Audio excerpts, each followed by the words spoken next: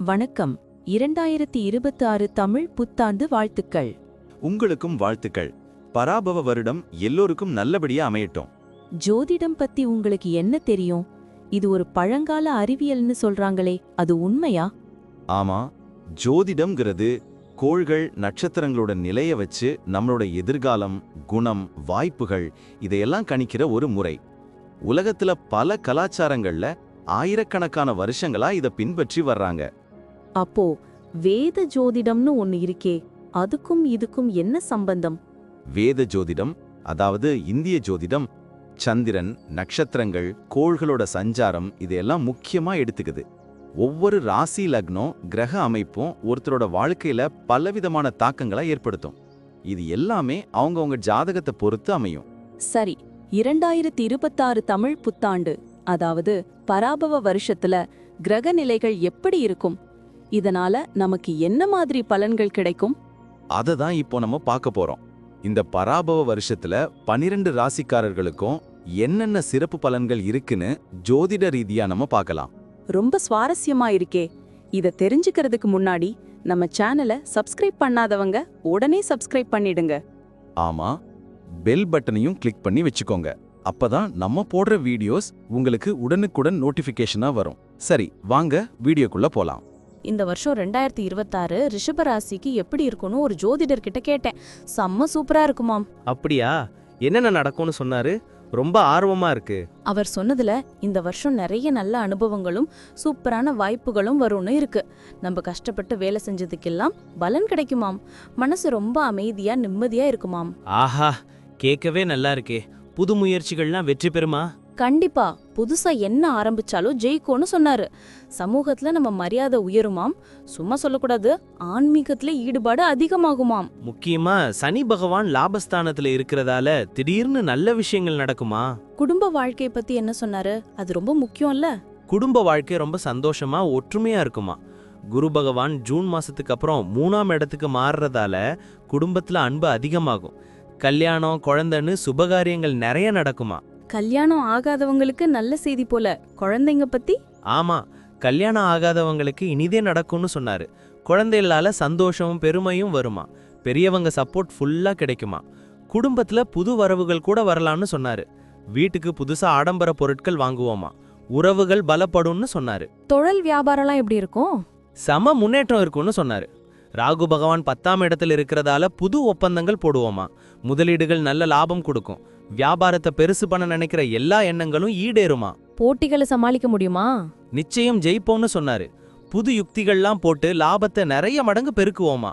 கூட்டு தொழில் பண்றவங்களுக்கும் நல்ல பலன் கிடைக்கும்னு சொன்னாரு. தொழில்ல புது சாதனைகளை படைப்போம்னு சொன்னாரு. வேலை தேடுறவங்களுக்கு நல்ல சான்ஸ் கிடைக்குமாம்.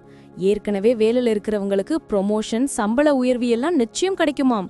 புது பொறுப்புகள் தேடி வரும். கூட வேலை செய்யறவங்க சப்போர்ட் பண்ணுவாங்களா? வெளிநாடு போக வாய்ப்பு இருக்கா? ஆமா, சக ஊழியர்கள் ஃபுல்லா சப்போர்ட் பண்ணுவாங்க.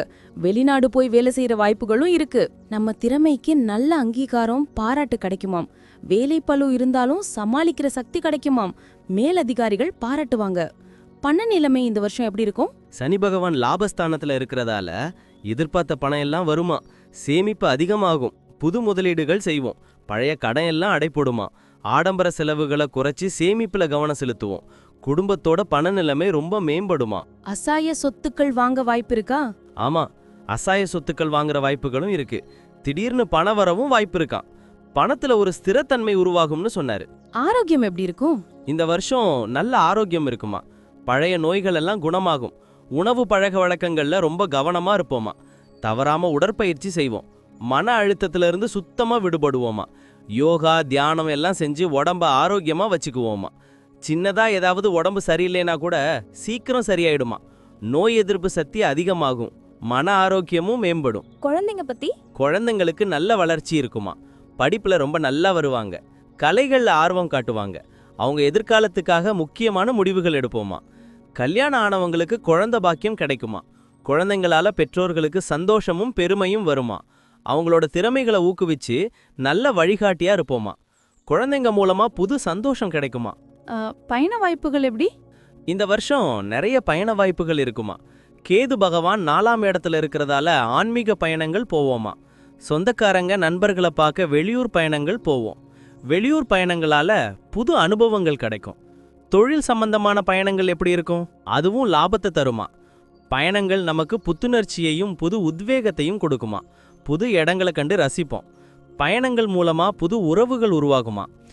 கிரக நிலைகள் எப்படி இருக்கு? சனி பகவான் இந்த வருஷம் நம்ம ராசிக்கு 11ஆம் இடத்துல, அதாவது லாபஸ்தானத்துல இருக்கிறதால திடீர்னு நல்ல விஷயங்களும் பெரிய லாபங்களும் கிடைக்குமா. சமூகத்துல நம்ம செல்வாக்கு ரொம்ப அதிகமாகும். அண்ணன் தம்பி அக்கா தங்கை சப்போர்ட் கிடைக்குமா. லாபகரமான முதலீடுகள் செய்வோமா. சனி பகவானோட அருளால நம்ம முயற்சிகள் எல்லாம் வெற்றி பெறுமா. புது நண்பர்கள் கிடைப்பாங்க. செல்வம் சேரும். சனி பகவான் எப்படி? குரு பகவான் ஜூன் மாசத்துக்கு அப்புறம் நம்ம ராசிக்கு 3ஆம் இடத்துல இருப்பாராம். இது நமக்கு புது முயற்சிகள்ல வெற்றியை கொடுக்கும். தைரியமும் தன்னம்பிக்கையும் ரொம்ப அதிகமாகும். இளைய சகோதர சகோதரிகள் சப்போர்ட் கிடைப்பாங்க. புது கலைகளை கத்துப்போமா. வெளிநாட்டு பயணங்கள் போக வாய்ப்பு இருக்கு. குருவோட அருளால நம்ம அறிவுத்திறன் மேம்படும். பேசுற திறமை அதிகமாகும். ராகு பகவான் நம்ம ராசிக்கு 10ஆம் இடத்துல தொழில் ஸ்தானத்துல இருக்கிறதுனால தொழில் வியாபாரத்துல நல்ல முன்னேற்றம் இருக்குமாம். புது வாய்ப்புகள் தேடி வரும். வெளிநாட்டு வர்த்தகத்துல லாபம் கிடைக்கும். வெளிநாடு போய் தொழில் செய்யற வாய்ப்புகளும் உருவாகுமாம். ராகுவோட அருளால நம்ம கனவுகள் நிறைவேறும். சவால்களை சமாளிக்கிற சக்தி கிடைக்குமாம். பதவி உயர்வு கிடைக்குமாம். கேது பகவான் நம்ம ராசிக்கு 4ஆம் இடத்துல, அதாவது சுகஸ்தானத்துல இருக்கிறதால குடும்பத்துல சில மாற்றங்கள் இருக்கலாம். வீடு மனை வாங்குற யோகம் உண்டாகும். அம்மாவோட ஆரோக்கியத்துல கவனம் தேவை. ஆன்மீகத்துல ஈடுபாடு அதிகமாகும். சில நேரம் மன அமைதி குறையலாம். கேதுவோட அருளால பழைய சொத்துக்கள் மூலமா லாபம் கிடைக்கும். வீட்டுக்கு தேவையான பொருட்கள் வாங்குவோம். மனசுல அமைதி தேவை. அப்போ மொத்தத்துல 2026 ரிஷபராசிக்கு ஒரு சூப்பரான வருஷம்னு சொல்ல வரீங்க. ஆமா, கிரகங்களோட சஞ்சாரத்தோட ஒரு அற்புதமான வருஷமா இருக்கும். புது வாய்ப்புகளையும் சவால்களையும் எதிர்கொள்ள நம்ம தயாரா இருப்போம். நம்ம கஷ்டத்துக்கும் முயற்சிக்கும் நல்ல பலன்கள் கிடைக்கும். குடும்பத்திலையும் வேலை இடத்துலையும் சந்தோஷமும் நிம்மதியும் இருக்கும். இந்த வருஷம் நமக்கு நிறைய வெற்றிகளை தரும். எல்லா துறைகளிலும் முன்னேற்றம் காண்போம். எதிர்காலம் ரொம்ப பிரகாசமா இருக்கும்னு சொன்னாரு. இவ்வளவு நேரம் நம்ம பார்த்த இந்த பலன்கள்லாம் பொதுவானவை மட்டும்தான்.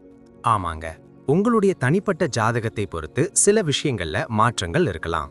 இருந்தாலும் நாங்க சொன்ன பெரும்பாலான விஷயங்கள் உங்க வாழ்க்கையில நடக்கும்னு நம்புறோம். இந்த வீடியோ உங்களுக்கு பிடிச்சிருந்தா மறக்காம லைக் பண்ணுங்க, உங்க நண்பர்களோட ஷேர் பண்ணுங்க, அப்புறம் நம்ம சேனலை சப்ஸ்கிரைப் பண்ணுங்க. பக்கத்துல இருக்கிற ஆல் பட்டனையும் கிளிக் பண்ணி வச்சுக்கோங்க. அப்பதான் நாங்க புதுசா போடுற வீடியோக்கள் உங்களுக்கு உடனுக்குடன் நோட்டிபிகேஷனா வரும். உங்களுடைய எதிர்கால வெற்றிக்கு எங்களுடைய மனமார்ந்த வாழ்த்துக்கள். நம்பி வாழ்க வளமுடன்.